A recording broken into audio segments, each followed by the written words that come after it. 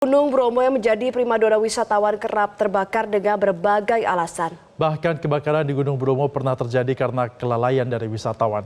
Apa yang harus dilakukan untuk menjaga kelestarian Gunung Bromo dan menghindarkannya dari bencana kebakaran? Kami akan bahas bersama dengan Kepala Bidang Kedaruratan dan juga Logistik BPBD Jawa Timur, Satrio Nurseno. Selamat pagi, Pak Satrio. Kebakaran sudah terjadi 2 kali di area yang sama, pukul 3 dan juga 8 pagi kemarin. Bagaimana sebenarnya pengawasannya?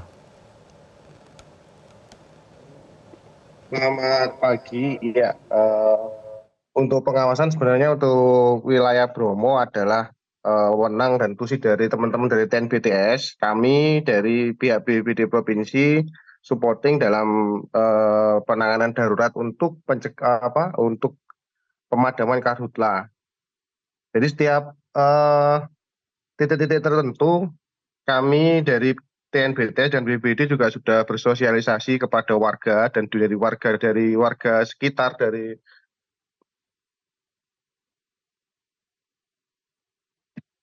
warga juga sudah masyarakat asli juga sudah memberikan sosialisasi juga kepada pengunjung-pengunjung atau wisatawan yang berada di wilayah Bromo agar mengantisipasi dan waspada terkait dengan percikan-percikan api yang dibawa oleh wisatawan. Demikian, Mas. Ya, Pak Satrio, sebenarnya apa sih penyebab utama dari kebakaran selama ini dan area mana saja yang harus dihindari? Baik, penyebab kebakaran beberapa tahun terakhir ini kebanyakan dikarenakan olah manusia, dan beberapa poin-poin tertentu di titik Bromo ini memang wilayah kawasan hutan di Bromo TNBTS ini kalau sudah mulai memasuki masa kering kayak gini sangat sangat kering sekali, dan di sana jenis tanamannya seperti alang-alang banyak sekali, kemudian cemara gunung itu juga banyak sekali, jadi itu sangat-sangat mudah sekali terbakar. Apalagi banyak sekali di sana rumput-rumput yang eh, kering sekali, jadi tidak basah seperti pohon-pohon biasa. Jadi kalau kena sedikit aja api bisa terbakar. Eh, Area-area di wilayah Bromo khususnya di TNBTS itu kecenderungannya sangat rawan sekali, khususnya di poin-poin tersebut di Gunung Batok, kemudian di wilayah Tosari maupun perbatasan dengan Probolinggo dan Malang. Jadi di situ sangat rawan sekali untuk terjadinya kebakaran hutan dan lahan. Rawan karena kemarau dan juga sudah mulai mengering kawasannya, lalu mitigasinya seperti apa, Pak Satrio? Iya, karena area itu adalah area yang pertama dilindungi dan juga merupakan area wisata, kita mendorong teman-teman petugas baik dari TNBTS, dari BPBD, dari warga sekitar untuk selalu wasjaga di sana. Jadi paling tidak kita berupaya untuk eh, mempercepat penanganan darurat. Selain itu juga kita melaksanakan eh, sekat-sekat bakar sehingga eh, ketika terjadi api tidak sampai ke pemukiman warga. Selain itu sosialisasi juga selalu kita tingkatkan kepada area di wilayah Bromo maupun di wilayah lain sehingga masyarakat ini bisa lebih waspada. Ya, Pak Satrio, di saat kebakaran terjadi, kebetulan juga untuk Gunung Bromo ini kawasannya sedang ditutup karena ada ritual liatnya Kasada sejak tanggal 21 Juni Betul. hingga hari ini, hari terakhir. Bagaimana ritual ini tetap berjalan di tengah adanya kebakaran tersebut? Jadi saya sampaikan sebenarnya kebakaran ini dalam minggu terakhir ini terjadi 2 kali. Yang pertama itu di hari Selasa tanggal 18 Juni itu kebakaran pertama terjadi yang berada di daerah wilayah kawasan Mungal, kemudian meluas di wilayah Gunung Bromo yang di sisi timur. Nah, kemudian selama 3 hari teman-teman TNBTS dan gabungan dengan masyarakat juga, relawan api juga dan BPBD melakukan pemadaman. Dari Jumat itu sudah padam, bisa dipadamkan atau dikendalikan. Nah, kemudian terjadi kembali kebakaran di Gunung Batok, hari Sabtu, dan alhamdulillah penanganan cepat dari kawan-kawan kerjasama dengan multi pihak, Minggu pagi sudah dinyatakan padam.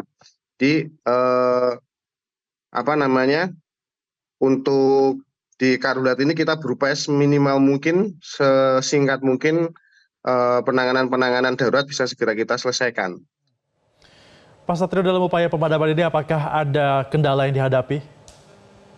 Ya, kendalanya faktor cuaca ya, anginnya kencang banget itu yang membuat eh, api menjadi tidak terkendali kadang, kemudian meluas, terbakar lebih cepat untuk apa namanya eh, dampaknya. Nah, ini yang angin kencang di wilayah Bromo ini yang agak sulit sekali dikendalikan. Makanya kemarin ketika teman-teman dari pusat, dari BNPB sudah menawarkan untuk heli, kami untuk bisa menahan dulu karena dengan heli pun mungkin akan kewalahan juga untuk pemadaman. Baik. Ya, Pak Satrio, apakah akan ada opsi untuk memulihkan kebakaran di Bromo, area wisata dan pendakian di sana akan ditutup? Ini untuk mitigasi ke depannya juga apabila terjadi kebakaran kembali begitu Gunung Bromo ini sudah dibuka. Ya, eh, untuk tutup dan tidaknya wilayah Gunung Bromo, nanti teman-teman dari TNI BTS dan penduduk asli sana yang akan memberikan statement mungkin ya. Namun dari kami untuk pemulihan vegetasi ataupun pemulihan dari kawasan area Bromo, kemarin juga kita sudah berkomunikasi dengan kawan-kawan TNI BTS jika diperlukan untuk penanaman kembali maupun melalui aeroseeding jika cuaca memungkinkan akan kita laksanakan bersama-sama dengan teman-teman TNI BTS. Kalau nanti memang misalnya dibuka Bromo ini untuk pendakian dan juga wisata, untuk bisa memastikan wisatawan ini kondusif, bagaimana pengawasannya di sana? Oke, kita sudah memberikan berusaha semaksimal mungkin ya dari teman-teman TNI BTS yang berada di lapangan ketika ada para pendaki atau masyarakat yang untuk mendaki ke wilayah Bromo pasti akan kita cek semua keperlengkapan yang dibawa, diharapkan tidak membawa barang-barang yang mudah terbakar, kemudian juga akan diberikan pemahaman dan sosialisasi dari petugas dan mungkin akan ada pembatasan wilayah yang akan bisa dikunjungi oleh warga sehingga tidak masyarakat sehingga tidak membuat titik-titik tertentu yang nantinya akan menjadi rawan terbakar. Pak Satrio, salah satu yang cukup viral dari kebakaran di Bromo ini adalah ketika terjadi 9 bulan yang lalu ya, begitu ada pre-wedding yang menggunakan flare kemudian mengakibatkan kebakaran.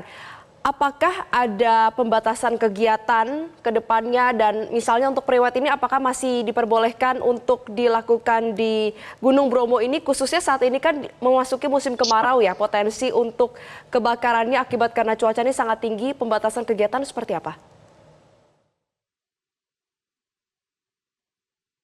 Ya, untuk pembatasan kegiatan khususnya yang berkaitan dengan penggunaan api mungkin akan kita batasi. Tapi kalau sekedar cuma pre-wedding untuk foto-foto tanpa adanya tambahan-tambahan aksesoris untuk menggunakan api akan kita batasi. Jadi seperti itu, Mbak. Baik, Pak Satrio, mungkin terakhir ini ada imbauan untuk warga yang mungkin akan berwisata dan juga menuju ke kawasan Gunung Bromo. Baik, himbauan kepada warga dan masyarakat, ya Gunung Bromo adalah tempat wisata dan menjadi suatu ikon di Jawa Timur. Kami dari BPD Jatim mewakili seluruh teman-teman yang ada di teman-teman gabungan dalam penanganan Karhutla kemarin berharap untuk selalu waspada dalam penggunaan api di wilayah Bromo khususnya dan selalu segera memberikan informasi kepada petugas agar tidak terjadi hal-hal yang tidak diinginkan dan bersama-sama dengan memberikan kesadaran diri kepada masyarakat agar bisa paham akan pentingnya dalam kewaspadaan diri untuk daerah-daerah rawan kebakaran di wilayah Bromo karena Bromo ini adalah ikon Jawa Timur, menjadi kebanggaan kami di Jawa Timur. Terima kasih. Baik, terima kasih Kabak Kedaruratan dan Logistik Satrio Nurseno. Kita sama-sama harus terlibat sebagai masyarakat untuk sama-sama menjaga kelestarian dan juga mencegah agar tidak terjadi kebakaran karena ulah manusia di Gunung Bromo. Terima kasih. Jelajahi cara baru mendapatkan informasi. Download Metro TV Extend sekarang.